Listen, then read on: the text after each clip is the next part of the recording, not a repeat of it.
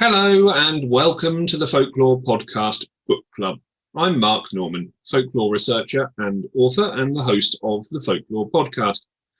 Today on the book club we're going to be discussing the teen novel Ironspark, the debut book from American author C.M. McGuire. Ironspark follows the story of teen outcast Bryn, who fights to keep her family and town safe from attack from murderous and evil fairies. The Fae cursed her father and kidnapped her mother and forced her family into hiding in her past, and since then Bryn has devoted herself to learning everything that she can about the Fae so that she can track them down and put these wrongs to right. I spoke with C.M. McGuire about the writing and the plot of Ironspark. So, Chelsea, welcome to the Folklore Podcast Book Club. It's lovely to have you here. Thank you so much for having me. Oh, it's an absolute pleasure. Now, before we talk about your book, Ironspark, a copy of which I have in front of me here, I'd just like to ask you a little bit about yourself first. So, if you could tell people who C.M. McGuire, author, is, and a little bit about your background and why you're interested in working with aspects of folklore in your debut novel. So I studied anthropology. It was one of my minors when I went to college for my undergrad.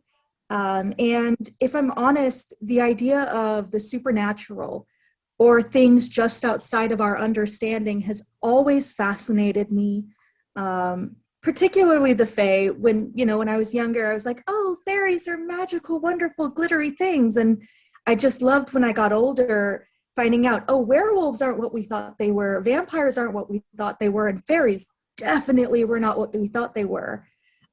So when I was coming up with Ironspark, I knew very much the kind of character I wanted my protagonist to be. I knew a lot of what I wanted her emotional state to be and what I wanted her to be going through, but I kind of had to pick this. What's the backdrop? What is the supernatural creature that is providing a lot of the external pressure?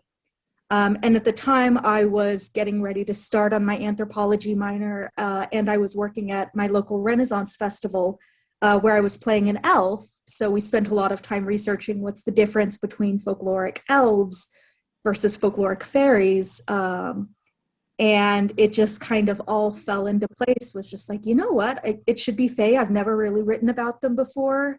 And especially wanted to bring in some of the Welsh Fae, because you just, at least in the United States, we don't see certain creatures within that. I'm trying to think of the words, but my brain is cold. We're not used to the cold like this in Houston. You don't see a lot of creatures like the Grogethanoon, who I'd fallen so in love with.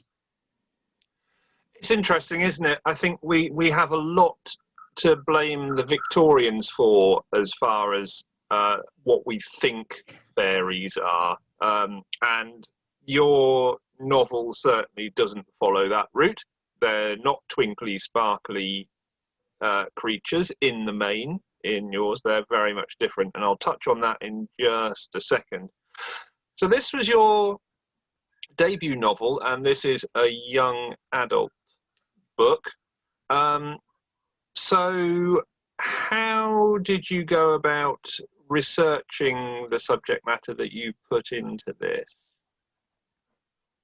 So at least at the get-go, I was just researching what are the different kinds of Fae out there.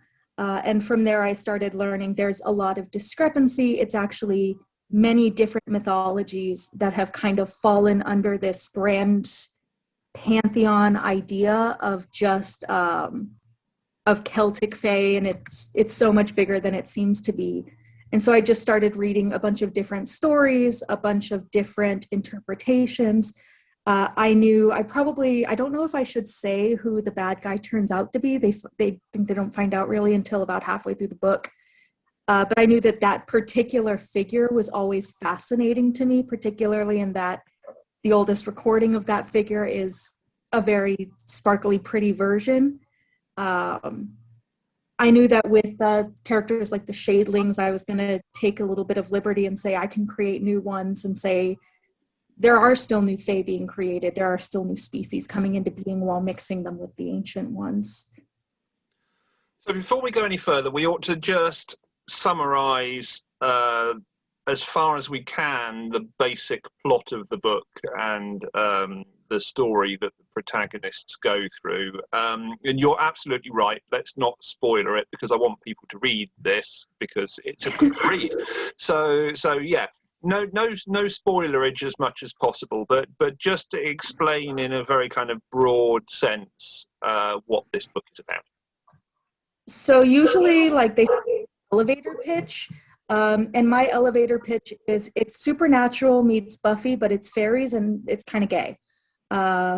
In fact, my publisher really wanted to push lesbian fairy love triangle, which actually isn't too accurate to what is going on in the book, and isn't even as big a deal in the book as they make it. But essentially, you have this young woman, Bryn. She is on the cusp of going off to college, and her whole life has been shaped by the Fae.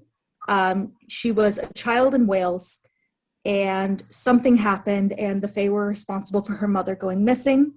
Her father tries to go get her mother back, and they curse him. And the curse very much resembles schizophrenia, but it's basically untreatable. And so he moves them to America to get away from the Fae. He has to struggle to find a job. He has to work long hours just to support them. So she ends up having to step into this motherly role. She's lived this way her whole life, and the story begins with she's at the point where she's ready now to step away from this family dynamic.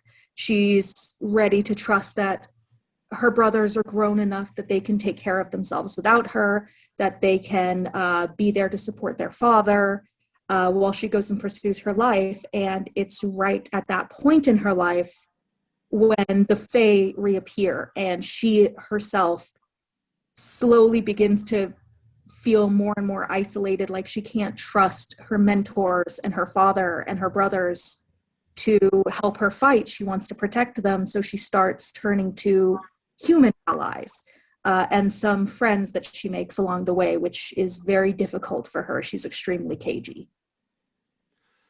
Now, it is, as you say, to use your words, a little bit gay in places. Now, there is a very definite LGBT scene going on within this story, which is fantastic to see in a young adult book, and also in a folkloric young adult book as well. There are some really great books on this subject. In fact, there's a book of queer folk tales on my pile of books that are going to be reviewed on here soon, and it's a fantastic book. Why did you choose to use that theme as part of your story? Well, at the outing myself, I'm bisexual. I did not know that when I first started writing the book, and it's kind of that you show up in your characters. Before I'd come out to myself, I was like, oh yes, obviously Bryn is bisexual, but it's not even going to be a big deal. She's going to have a male love interest, and then he kind of didn't happen.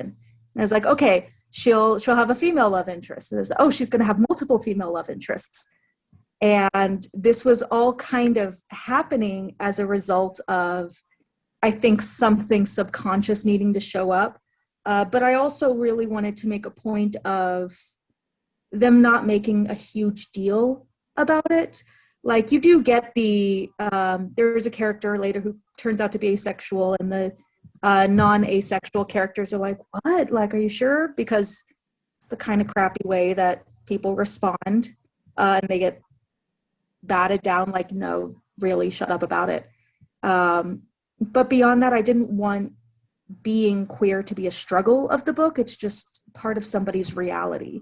And when you have bigger issues, I think I just wanted to show these characters being who they were while they got on with bigger, more dangerous business. And it's fantastic to see that as well. And it's something that I think folklore and folk horror and those kinds of themes are starting to engage with a lot more in recent times. And there is a lot of good material being produced, which works with these themes. And it's brilliant to see it going into a young adult forum as well. So that's really good to see.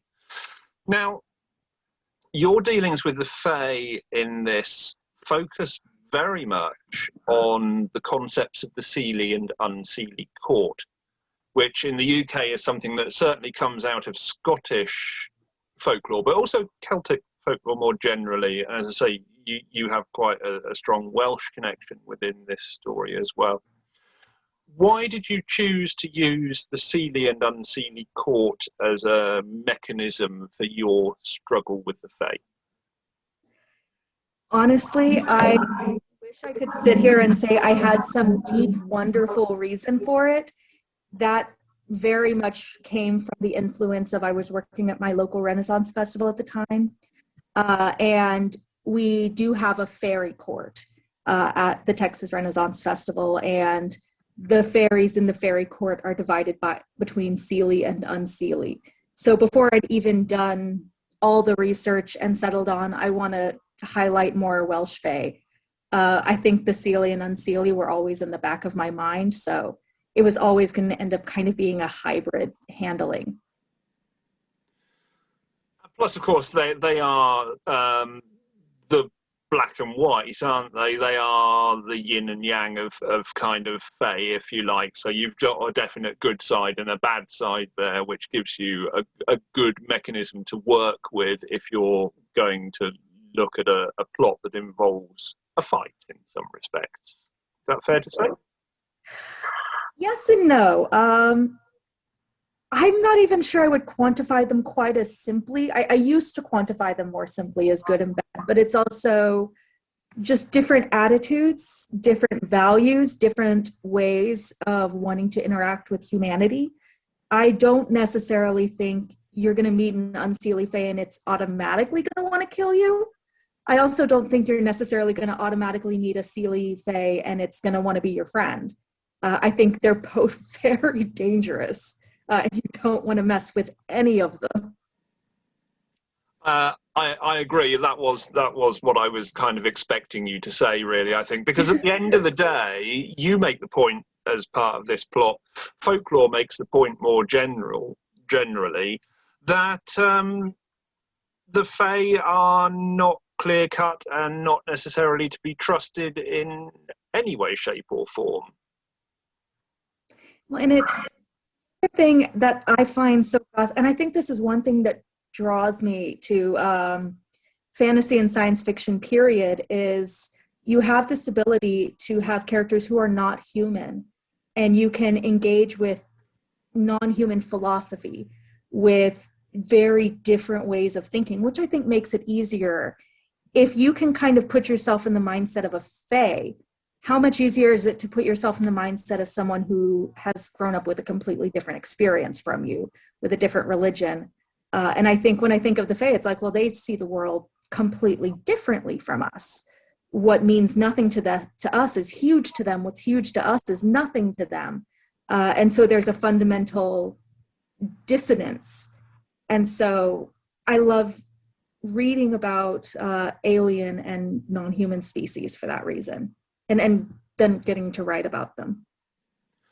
And you did also, as you alluded to earlier, have the opportunity to kind of twist the folklore a little bit and modify and adapt and create your own Fae as part of this. Of course, this is something that happens all the time within folklore, the kind of modification and adaptation of ideas. And you did that with your characters of the Shadlings, didn't you? Excuse me. Tell us a little bit about the idea of the Shadlings and how you developed them. It was, I think, I get a lot of my ideas from fan fictions. Like I'll go, oh, that's a neat thing you did there. And I think at one point there was like something I read where they'd inserted these weird shadow creatures that nobody else saw. So I was like, oh, that's neat. But like, what if they were gross, like the goblins from the labyrinth? And then it was like, okay, so what if basically this girl's only friends are these gross little goblins from the labyrinth who hide in the shadows and nobody else sees them because she doesn't want anyone else to see them? And then as the story developed, I kind of went to, okay, well, but what is her relationship with them really? Why do they stick around? Why doesn't she want people to see them? Why did they come to her in the first place? And then ultimately, what even are they? Because do not belong in Fae lore. And from there, I don't know if it's too big a spoiler to say what they are, because I think if you know much about lore, it's pretty obvious what their origin species was. But just in case someone reads it who's not very familiar with lore, they were once something else, and they are loyal to her only in as far as she protects them. And if she fails to protect them, they aren't going to be loyal to her anymore. Your other main character who we haven't covered yet, I guess, who comes in at the very beginning of the book is Bryn's other partner, if you like, in terms of fighting the Fae. And Jessica. well, I wasn't thinking about Jessica. I'm thinking more about the church. I'm thinking of the church in its widest sense. Okay, just explain who Bryn is working with when the book opens in her fight against Fae. So it's, and again, I'm doing this from a very American perspective, but to me, at least from everything I read, a lot of the modification and the changing of lore over the years, and not just Celtic lore, you see the same thing happening with Beowulf and a lot of the Norse myth and such, is the church is very involved in a lot of the perception of these creatures. In fact, there are some origins tales for Fae that have them as being the spawn of angels and demons. And so, to a degree, I kind of wanted, I always saw it as she was going to be working with a Catholic priest, because this is someone who would be from an organization that's very involved with this in protecting people from it. But I also kind of wanted to flip that on its head. He doesn't necessarily just hate them, but he does want to protect people from them. And so she's secretly, her dad doesn't know, but she has apprenticed herself to the priest in their town, because he is a Fae expert and he does know how to repel them in sometimes very horrible ways. But yet, for all that, she is not a particularly religious character. So she aligns herself with the church, but not in a kind of religion versus other state. And I think the reason I didn't want to explore religion with Bryn, in part, is there, in a lot of ways, trying to understand the Catholic Church was as much research for me as the Fae, probably a little more, because I'm Methodist. I belong to a different upbringing. So I didn't want to get that wrong, but also it didn't feel true to her character. In order, I think, to truly be religious or spiritual, you have to engage with a level of vulnerability within yourself. And in order to really engage with religion in a philosophical and meaningful way, which Bryn just isn't doing. That's not where the character is. I like to imagine someday far off in the future, she could become someone who could start grappling with those ideas. But in her case, she kind of sees it as the church was a place to be safe. It's a place that protects me, but it's also a means to an end. It's a means to protect my family, not so much something that she engages with herself. Yeah, she is indeed very much a loner, isn't she, for a good kind of first section of this book. But then you mentioned Jessica. She hooks up with Jessica. She hooks up with Dom, another character in her fight against the Fae. and learns that she's not necessarily the only person who can connect with the Fae on their level. Yeah. I'm not going to spoil the plot particularly, but there are more levels of magic, aren't there, involved than just the Fae and Bryn. Yeah. I really don't want kids to read this book and think that Bryn is the best character that they should try to be, because she's not. In fact, all the other characters that Bryn engages with are far healthier, more kind of functional people. And I really loved getting to write scenes with her and Jessica and her and Dom, because you have Jessica, who is somebody she's not learning magic because I have to protect my family, I have some big mission. She's learning it because she has a talent for it, and she's curious. She's learning it purely for herself and because it fulfills her. And it's such a healthier way to engage with something. And similarly, Dom he's a troubled young man, but he's deeply pacifistic and deeply empathetic. And these people have perspectives so different from someone who's just cagey and closed off and really doesn't know how to connect either with themselves or with others, really. And another character with whom Bryn engages in many ways and gets help is the character of Gwen, who is not human at all. Tell us a little bit about the area of folklore that we're dealing with Gwen's character. So Gwen is a Grogethanoon, and she was a big part of why I was like, oh yeah, no, I'm going to start bringing in Welsh fairies, because I read the stories about them and I just thought they were such an amazing part of folklore, and you never really see them, the water wives. And I kind of loved the idea of, I've got this gruff, tough, kind of a-hole of a main character who doesn't she doesn't want to be vulnerable until she absolutely breaks and has to be.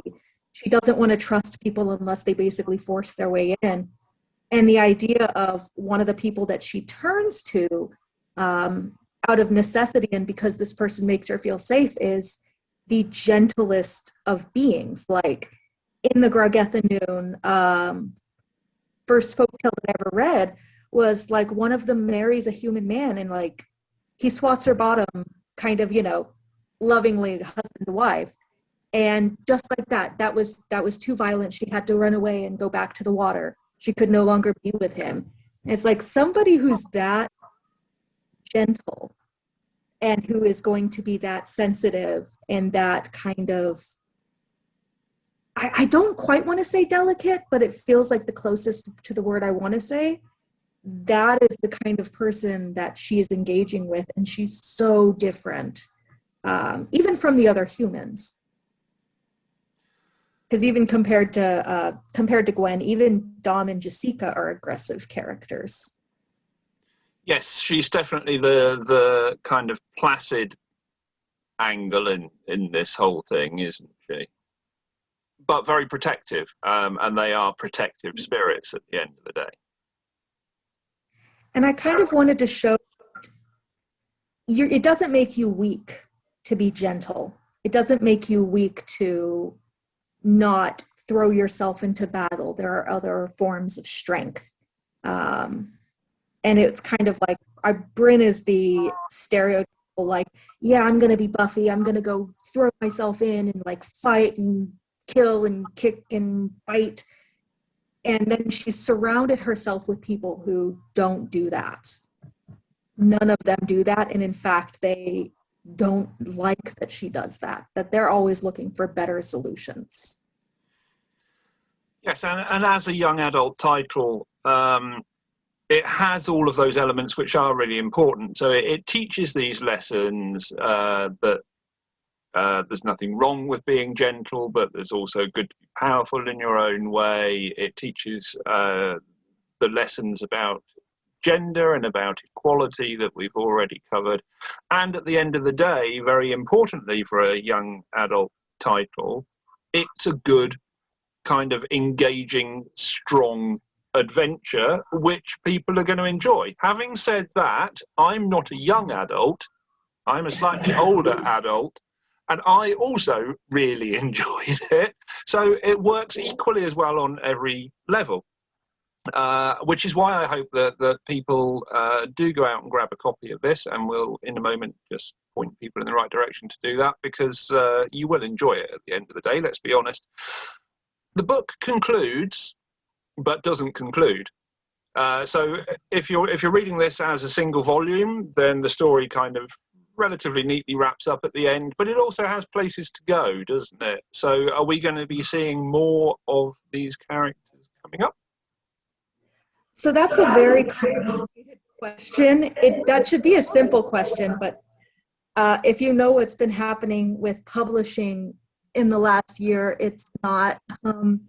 I originally had a much broader scope of a story planned.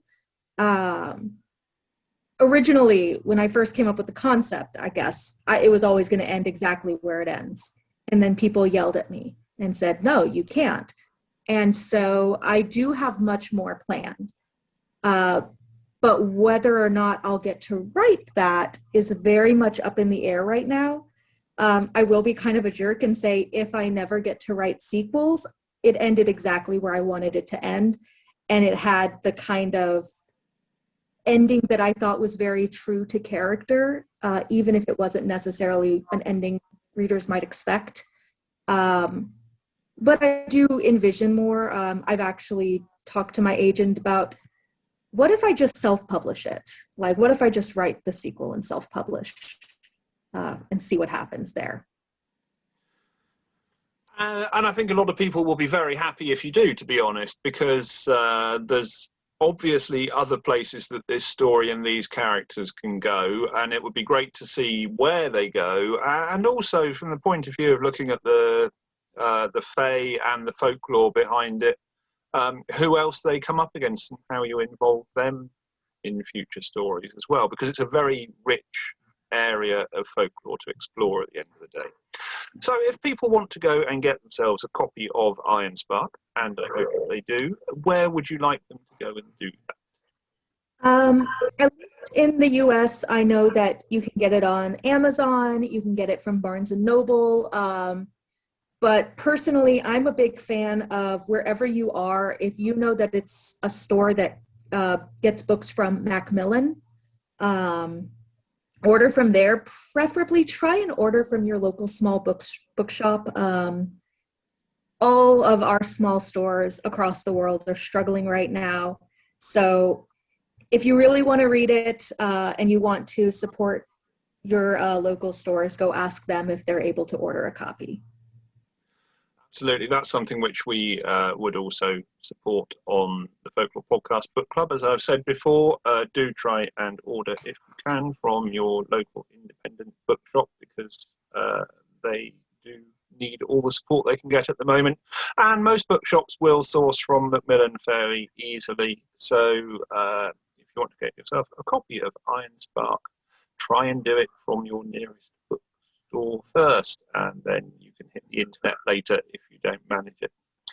Thank you so much for taking the time to come and talk to me about Ironspark. I hope that you take these characters further and explore more of the folklore, because I'm sitting here waiting to read it. Well, thank you so much for having me. This was really fun, and I'm so glad I didn't have to run off to spray the cats more. No, they've been very well behaved. I thank the cats for their generosity in not invading this Zoom meeting. My thanks to author C.M. McGuire for joining me on the Folklore Podcast Book Club to discuss her debut novel, Ironspark. And thanks to you too for your company. I'll look forward to seeing you again soon.